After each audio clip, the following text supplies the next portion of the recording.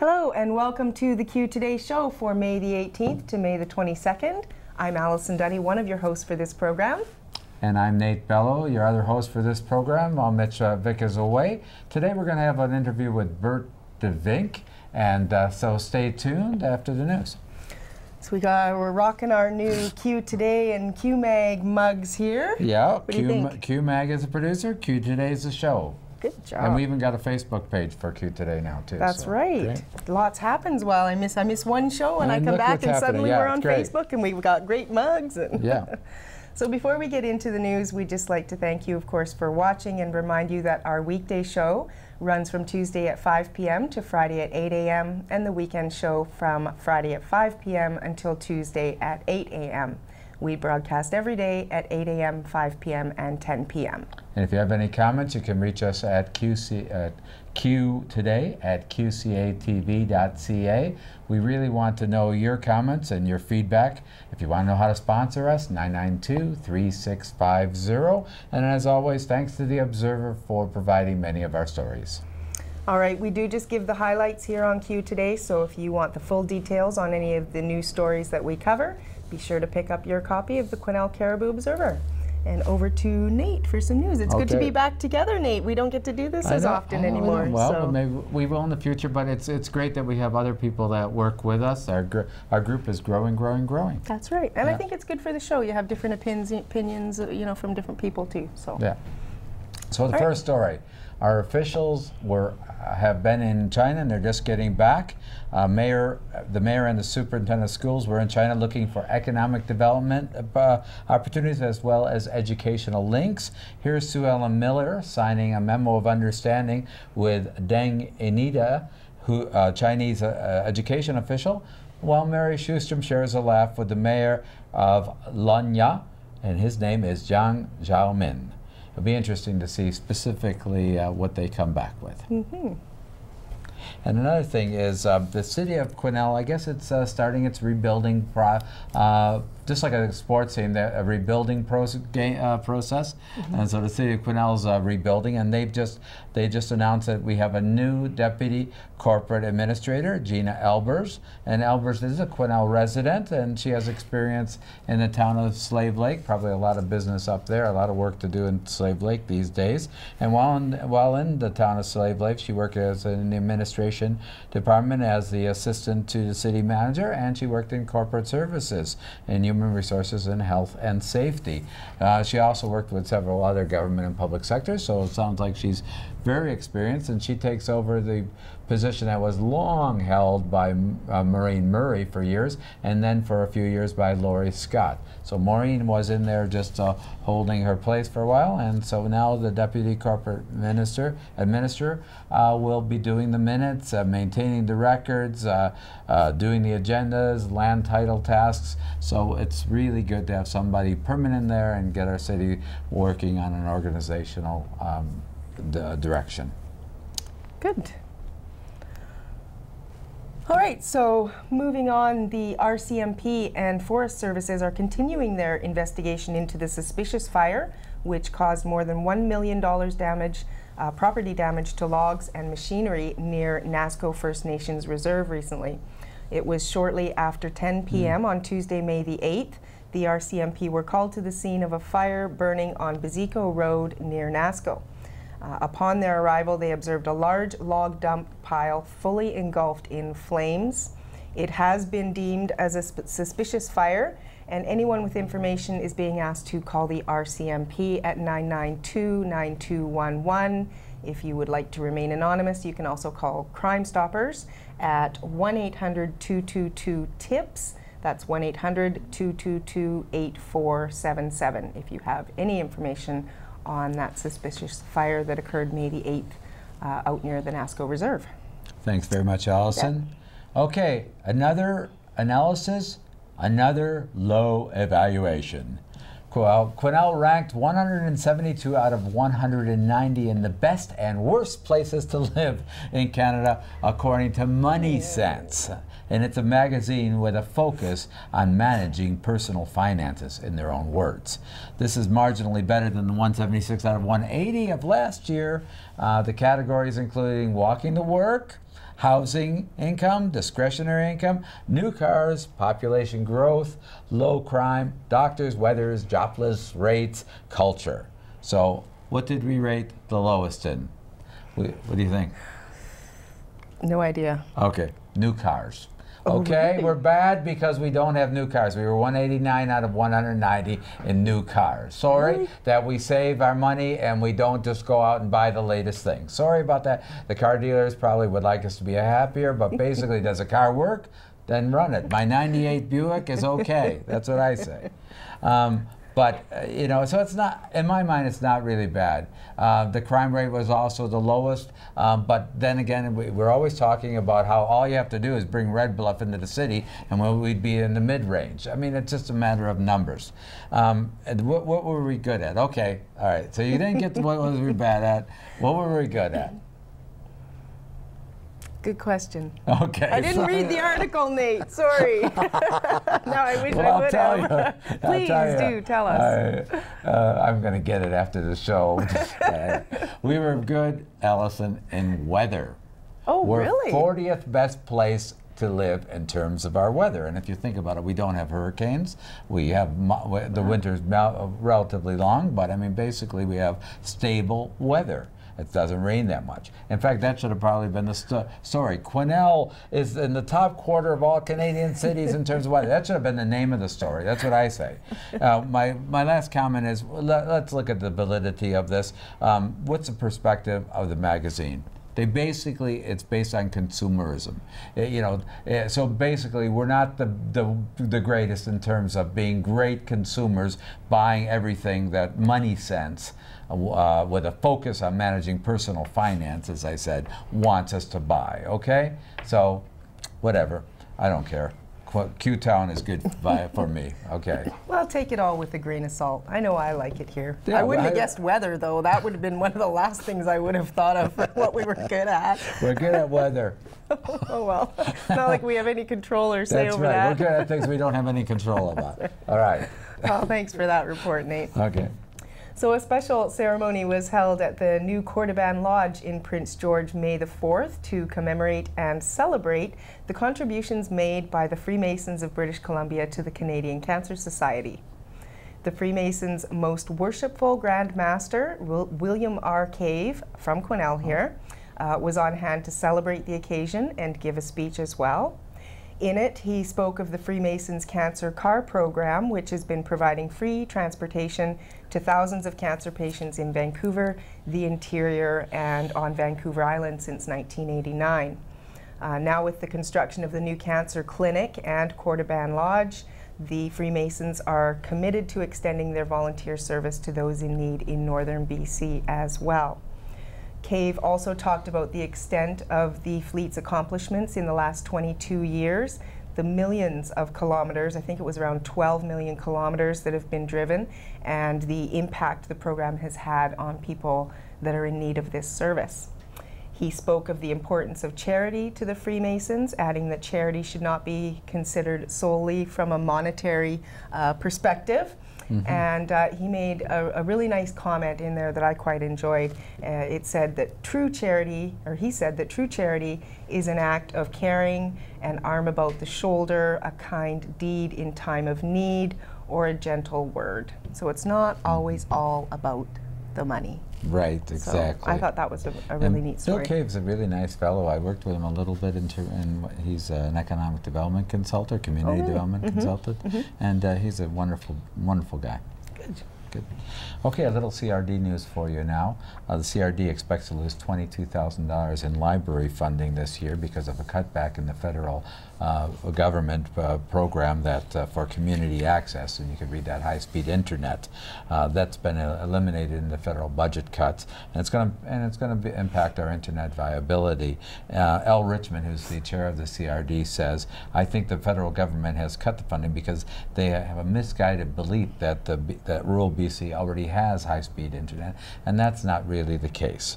Specifically, the cuts will hurt Quesnel, Williams Lake, 100 miles, and rural communities in 15 libraries in all. According to the NDP candidate for the Caribou-Chacon, Charlie Wise, we need a provincial government to intercede in this matter on behalf of all British Columbians. In the 21st century, computer access should be available to anyone. And it should be. Yeah. For sure. Well, hopefully. Yeah, maybe they could do something about that. I mean, 21,000 doesn't sound like a lot, but if you're in NASCO and you don't have high-speed internet in this day and age, I mean, it's not real. It's like literacy. It's literacy. It's a literacy issue. And there's so many things that we spend a lot more money on. Really, like around $20,000, like you say, doesn't really sound like a lot. So but we don't spend that much on cars, so. Apparently not. Okay. Maybe trucks. Yeah, I don't trucks, know. Is it just right. cars Maybe or trucks? Because there's an awful lot of new trucks driving around. I see. That's right. Anyways, moving along, the College of New Caledonia has a lot to be proud of. CNC exceeded the provincial average in 21 out of 21 key indicators when it comes to skill development and program studies. CNC students also ranked the college above the provincial average when it comes to overall satisfaction with studies and their main reason for enrolling being met. This is all according to the annual Diploma, Associate Degree and Certificate Student Outcomes, or DACSO, survey.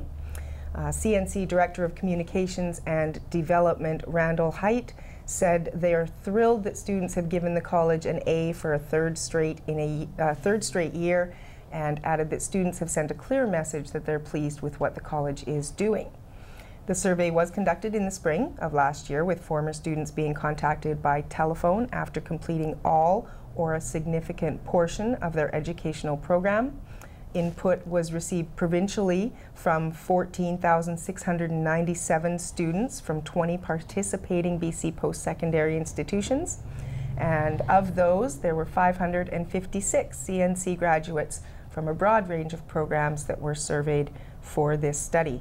So good news for CNC. Obviously, they're doing a good job. Congratulations, CNC. They're a fantastic contributor to our economy and to our cultural viability. And also in the article, Mr. Height did say, you know, we don't plan on just sort of resting on our laurels here. We still want to get better and improve where we can. And so it's not just like, oh, we've reached this level and we're going to just stop here. They plan on continuing to try and make things, you know, as good for the students as they can. So, great. Yeah. Thank you. Okay, real estate legacy. Elizabeth Hunter, who's our museum manager, wrote an article in the paper about something that the City Council just promulgated a couple of days ago, May 7th to be exact. What it is that two properties have been given heritage designation. Julianne Runge, one of the owners of Mitchell House, which now operates as Barkerville Fudge, was there, and that building is now has heritage status, as does the Quesnel Hotel. Elizabeth gave a full recounting of the histories of these buildings in the article in the Observer. Really, really interesting. But the main point is that if we want to preserve our history, we need to preserve our buildings. Now, legally, you know, that doesn't mean that you can't pull down those buildings. It's just a heritage designation in the plaques. But the developers have to think twice before making changes. And the city initiated the heritage plaque program in 2010 to recognize properties which are deserving of particular recognition. Maybe it's because of their historical or architectural significance, or it's their state of preservation, their contribution to the streetscape. And these two properties join 8 others, and in getting this status. And it's great. We go back and we are able to realize how important some of these buildings are to our community. That's right. Thanks for that, Nate. So before we get into sports, Nate, I understand last show you picked a couple of letters to the editor out of the Observer, one of which was from our friend here, Ron Campbell. And Ron called for more transparency regarding the city manager's resignation. Now, I understand that there was another letter taking a little bit of a different perspective. So let's hear some opinions. Okay, yes, we want to make sure we get a balanced viewpoint here at Q today. So I did see that there was a letter from Mike Wright. He's a regular contributor to the letters of editor for many, many years. And Mike says it's time to grow up. He says it's time for you to grow up. Now, I don't know who he was talking about, you, but it's time for you to grow up. So don't take that personally, Alison. It was just out there. But then he does give a scenario about what possibly could have happened in this resignation. First, he says the city, and he said he doesn't know, but this is just a scenario. The city wasn't happy with Stessek's performance, possibly. Then Stessek's lawyers want to make sure that Stessek's reputation is kept intact. Then council gets legal advice on how to settle this. Then Stessek's legal team agrees to the terms that the city proposes, and then city council agrees. Well, that's basically what you do if you have a dismissal for no cause. So that's what Mike Wright is saying. Mike Wright also says that in his opinion, it is in the best interest of the public. So let's make sure that we have balanced reporting here, and that's what give Mike Wright a little bit of some airtime here, as we gave Ron Campbell last show. Exactly, like you say. Fair's fair. Yeah. So now moving on into sports, the Stan Thompson Memorial Rodeo took place in Princeton last weekend, and some of Quesnel's finest placed well in that event. Ryan McNaughton managed somehow to be in 2 places at once, finishing first and second in the team roping category. First place with Jeff Wills and second with Kyle McNaughton. Kaylee Waterhouse took first in junior steer riding, with Lane Wills taking second. Jenna Waterhouse finished third in the junior barrel racing, and Taylor Cathart also came away with a 3rd place finish in the junior breakaway roping event. So congratulations to all our young, what do you call them, Nate? Cowboys and cowgirls? Yes, cowboys and cowgirls. All right, well, yeah, congratulations. Okay. And now from cowboys and cowgirls, let's move to lacrosse. That's a big jump. Yeah. And Crossfire is our lacrosse team, and they continued to develop as a team in Prince George last week against the Stylers up there. Although they lost 21-7, improvement is in the wind. Coach Pat Gibbs is happy with the progress of the team, calling it a work in progress. The team played hard in the first and second periods, adding points in each of them. But in the 3rd period, it looked like they needed a little more training, according to the coach. They ran out of steam. So Gibbs is continuing to work with them. Let's keep going, Crossfire. That's right. And as the season goes on and they get used to the game, some of them, I understand, haven't played much. Right. And like you say, get a little bit more physically fit. Yeah. You know, hopefully they'll start to see some better results. Right. So thanks for that, Nate. So as Nate mentioned earlier, he had a chance to talk with one of our regulars here, Bert deVink, recently about spirituality and what that means to him. So should be a good one. Let's take a look at Nate in conversation with Bert deVink. Okay, I'm here with Bert deVink again. Hi, Bert. Hey, Nate. My regular customer, victim. Yeah, it's great to have you on. Okay. As we say, when you're on, we get a lot of viewership. Everybody wants to know what Bert's thinking in this your 80th birthday year.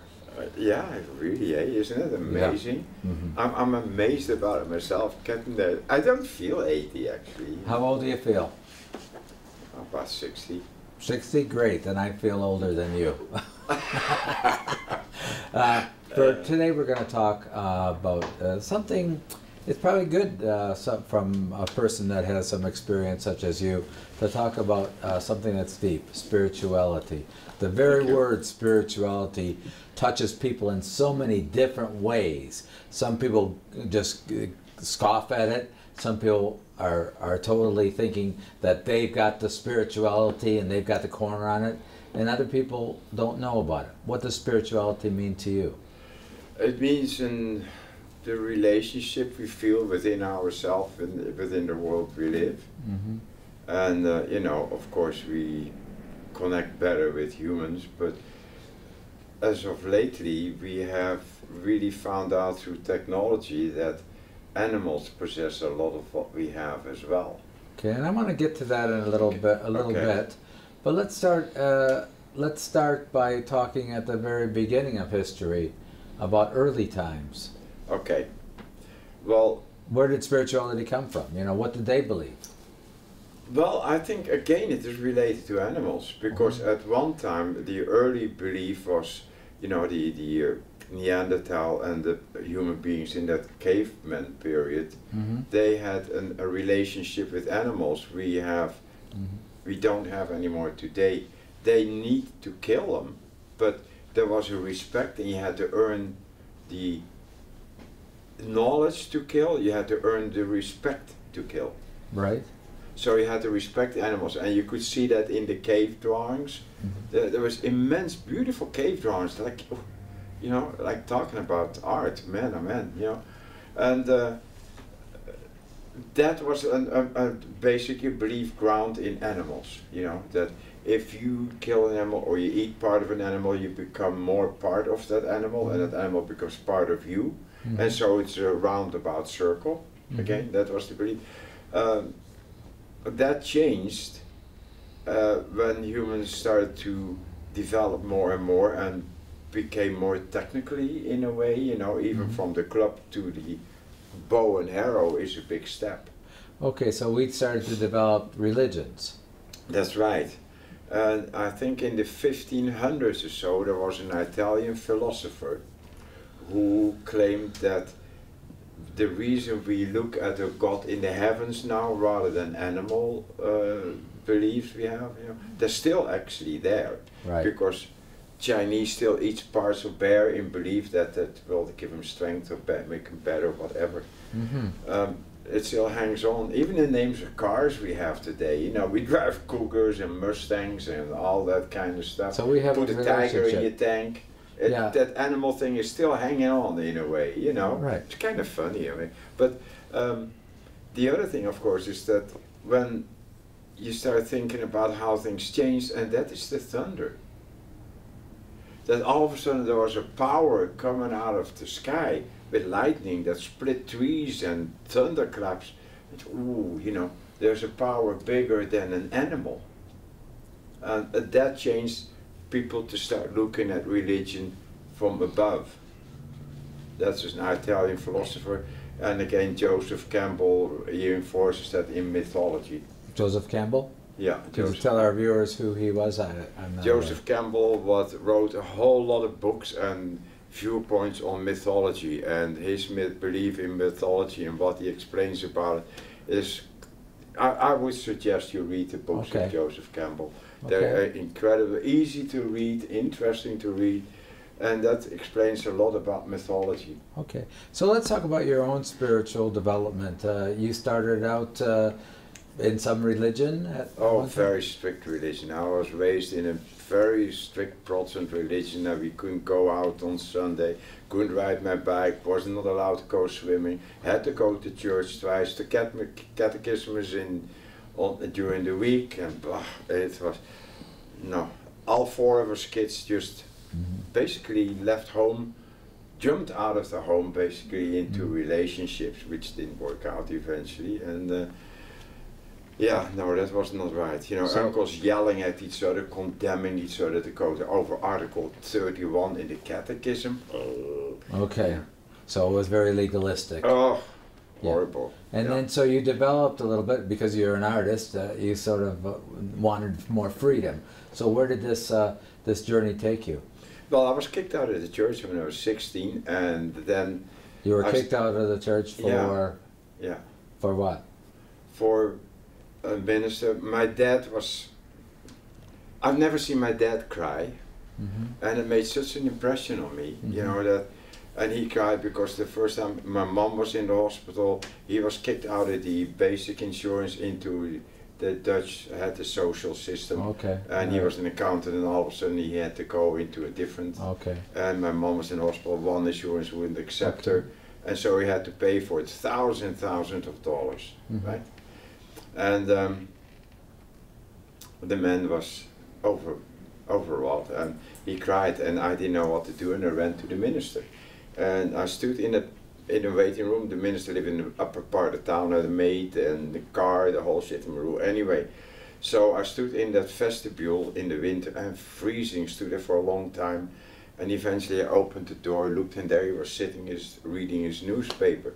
I lost it. I yelled, I screamed, I think I swore, and I ran away. And he said, come back, and later on he said, no, I was not reading the newspaper. And I said, you're lying. And so, anyway, this whole group came, the minister, the deacons, the elders, sat in the room, and my mom and dad, you know, white as a sheet. And I said, no, I'm not going to say sorry, you lied. You lied. And so I was kicked out of the church. Oh, wow. And so, okay, so then from there on you tried other I went to see ways. Catholic priests, I went to see other religions, I went to spiritual meetings, occult spiritual meetings, and just to find an anchor again, but you know, I just couldn't cope with it anymore, what they had to say, it didn't work for me, so I started searching. And so eventually, I know you were strong in the environmental movement when you moved here, and did you come to any conclusion about what spiritualism is? For myself? Yeah, like for example, do you believe in God? Well, I can say I believe, and I can say I don't. I don't know. Okay. When I look back at, then I think, before I was born, it was black. Right? I don't know anything about that. I know, as far as being why I was born, well, I don't know. You know, who knows? You know, I'm one of the 1,000 pieces of sperm that found the egg, and it is not very different than a bloody tree. You know, the seeds blow all over the place. You know, there's immense waste in that, and to say I am this and that because I was chosen, it doesn't make sense to me anymore. But what I do believe is that after all those years is, how would you say, if we have respect for all that lives, you know, and that includes plants and animals and ourselves. If we live with respect for all that lives, if you have to kill, you know, then do it with respect. And I think that that basic concept would change us into better human beings. So, in other words, don't put the emphasis on what we're thinking or what we're believing. Put the emphasis on our affinity with nature. Yeah, affinity, and you know, and be thankful what you have. Be, you know, like, yeah, be thankful, and treat whatever the people around you with respect. Treat the animals with respect, even when you have to kill them. Do it with respect. Well, you know what Longfellow said. What? Kind heart is the garden, kind thoughts are the roots, kind words are the blossoms, kind deeds are the fruit. That's a beautiful saying. There you go. Yeah. Well, okay, we only have a few minutes left, but let's just bring it down a little bit more into a bit of practicality. What does that mean about our life in this society? Like, how can we be practical about putting this respect for life into our society? You don't see it around you that sometimes, I would guess. That is not a guess, that's a reality. Well, you know, let's face it, we are the only species, humanity is the only species on Earth that's besottling its own nest. You know, and we are destroying what has been created, however you look at creation. You know, we're destroying it, we have no respect for life, and you know, when we go into we just don't take the trees we need, we mow everything down. Birches, alders, everything on a clear cut. You know, and instead of taking just what you need. And you know, we've gone far beyond that, you know. How can you say, I'm a Christian, thou shalt not kill, and drop a bomb on Nagasaki or Hiroshima? Killing not only people, killing animals, killing everything. How can you do that and say, I'm a Christian? I can't figure that out. That to me are the puzzles in my life, you know. And I think that the good and the bad and all that stuff is based on that. You know, on that not willing to give credit to other things that live, or have respect. Right. Because if you have respect for life, then you cannot do that. I couldn't drop a bomb. They have to kill me. I wouldn't drop it. Last question. Okay, last question. Are you hopeful for the future? Always. You know, as long as there is life, there is hope. This a crazy thing, there is a Dutch story about a guy who's got tile oudenspiegel, and he warmed his hands over a pile of horse manure. And said, you know, where there is smoke, there is hope. Where there's warmth. Right. So even there, even there, you know. So yeah, you know, we might go through a hard time, and I think a lot of species have gone through hard times. But I think if you give up hope, no, I can't imagine a world without hope. I just can't. Yeah. Thank you. You're welcome. Thank you very much, Bert. Really appreciate your time for sharing with us. Okay, thank you. Back to Studio A. I really enjoyed that conversation with Bert. You know, and we've done a few of them, but in that one, he did show that a very optimistic side. At the end, I said, Bert, do you believe in hope? And he looked at me and he said, yeah, hope is what we have. And so, along with the message of respect for all life, I appreciated Bert's earnestness in this interview that we just did. Yeah, it was a good one. Yeah. So. Okay. Thanks to the sponsorship of the Lung Association of BC, we have a our photo contest that's running until the end of June. And what you do is you can win a golf golf booklet package. Our winner this week is Jim Savage. You could have done the I could have done like a little drum roll. Our winner this week is Jim Savage! Right. And it's for this beautiful picture of Chilko Lake. Jim goes there almost every year with his wife Martha, and he's taken some wonderful pictures, and he contributed this picture. So Jim is our winner of our golf magazine, our golf book. It's a wonderful little book with lots of savings on courses all over British Columbia, Washington, goes as far as Saskatchewan, and even some in Washington State. And both Quesnel courses are limited. It sells for $35, so it's a good little gift for Jim, as well as to our other two winners have received them now too, so that's great. We'll be making another draw next week and every week until the end of June, so get your local photos into us at qtoday at qcatv.ca. qtoday at qcatv.ca. Great, thanks Nate. So next up, it's time to take a look at what's happening locally with our community calendar.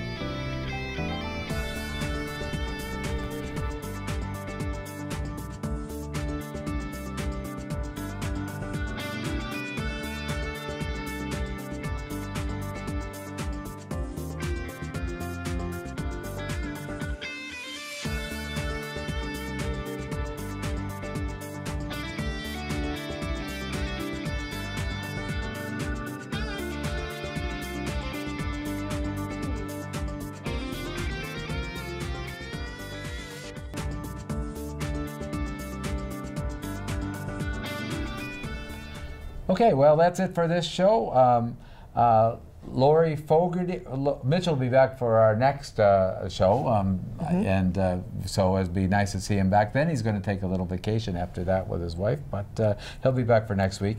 Also, our next conversation, leading the conversation, will be with Lori Fogarty and Heloise Dixon-Warren, and they're of Farmed, and they have a really interesting new project that they're initiating. If you want to give us any feedback or tips on any news you think we should be covering here at Q Today, you can contact us by mail at qtoday at qcatv.ca. And if you'd like to sponsor or volunteer, just call me, 992-3650, or call the station, leave a message for John McKenzie, 992-8363. All right, and as we mentioned earlier, we are all set up on Facebook now too, so you can watch our show either on the Quesnel Community Access TV, which is qcatv.ca, or check us out on Facebook and that is Q Today, big Q, big T, all one word. So right, check it out. and we're working on that. Like they're getting on there regularly, but you know, I just met a new volunteer, and she's helping us to get it going. It'll be there. So if you have a little bit of trouble, just remember big Q, big T, Q Today. Yeah. Okay. Yeah. Great. All right. Remember, Q Today is produced by QMag, and our purpose is to get Quesnel talking to Quesnel. You bet it is. Bye for now. Bye for now.